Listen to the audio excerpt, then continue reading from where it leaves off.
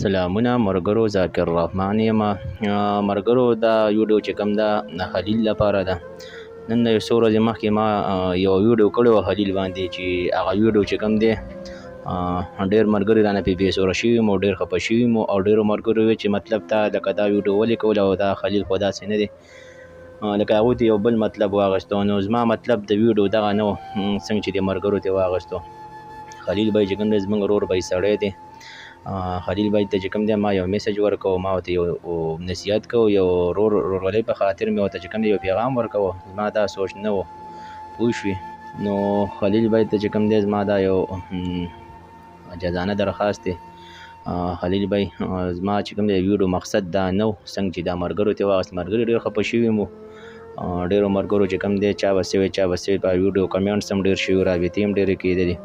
نو خلیل بھائی ته چې کوم دی زه بیا هم یو ځل بیا دا وایم چې الله دې تل اباد او خوشحاله او بریالی ساته.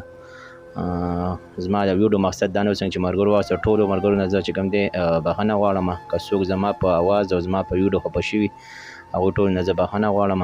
او زما عاجزانه یو درخواست دی، انشاءالله خلیل عثمان خلیل څخه به زه میلاویږم، هغه ته چې کوم دی زما دا یو پیغام هم دی او درخواست هم دی چې ته ما سره ملاقات وکړه. ما ورته چې کوم دی مخامخ به کینو، آمنے سامنے ملاقات وشي، نو زه یم چې ډېر بهتره به وي. د ډېرو ملګرو د ړنده به چې کوم دی دا بغض هم وځي او خوشحاله به هم شي او ملاقات هم دی. ځکه چې زما د ویډیو دا مقصد نه و څنګه چې ملګرو ته واغېستو. نو ملګرو بیا هم ستاسو نه زه معذرت غواړم، بښنه غواړم، خفه نه شئ. زما د ویډیو دا سوچ او دا مقصد نه و څنګه چې د ملګرو ته واغېستو. ملګري ډېر زیات خفه شوي، بېسوره شوي هم دي.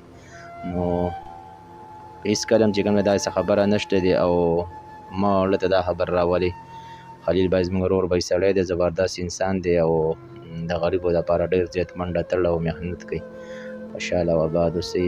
او یو شعر دی، دا به خلیل بھائی ته زه ډالۍ هم کړمه چې نفرت خپل در نه هم پردي کړي، زار شم د مینې چې پردي هم خپلوي نه. خلیل بھائی ته ډالۍ.